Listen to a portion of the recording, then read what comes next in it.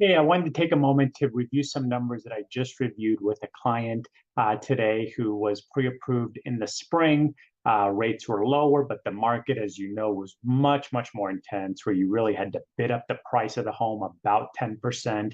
Also, be able to cover that appraisal spread, which could mean tens of thousands of dollars extra to a closing if the home did not appraise. Where when we compare that to now, where you do not have to bid up the price of a home. In fact, the sellers will give you a concession to help you buy down the interest rate. And at the end of the day, you owe a lot less money the day of closing. So let me share my screen here. I'll show you what I reviewed with them. So when they were looking around a $550,000, $600,000 purchase price in the spring. We know that a home in the spring, and really for the past 2 years, that was listed at 550 to be the winning offer in most cases, because there were so many offers on homes, you pretty much had to bid it up about 10%. So let's say they were going to have to pay 600,000, assuming the home appraised, and they didn't have to cover a $50,000 appraisal gap.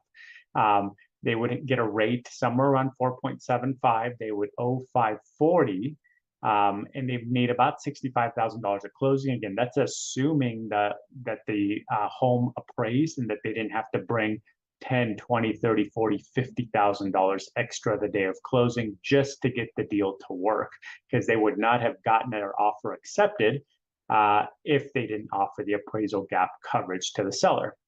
Payment would have been $3,100. Okay, now fall of 2022, market has cooled.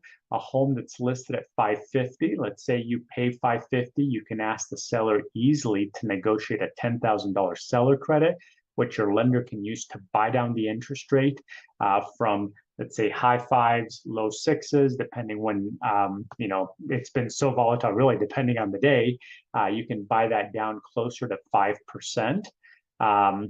You actually end up with a payment that's about $83 less, and you need at minimum $5,000 less to a closing, or maybe up to $50,000 less to a closing if you had to cover an appraisal gap in the spring. Okay, at the end of the day, though, you owe $45,000 less, okay, than if you bought in the spring. The interest rate, those are temporary. When rates move lower, as they will as we enter in a recession historically, we'll be able to do a refinance for you and drop that payment. But the amount that you owe, that's forever. So let us know if we can run any numbers for you, because we are just seeing some amazing opportunities for buyers, especially first-time buyers with limited down payment, to enter the market and buy a home they can call their own.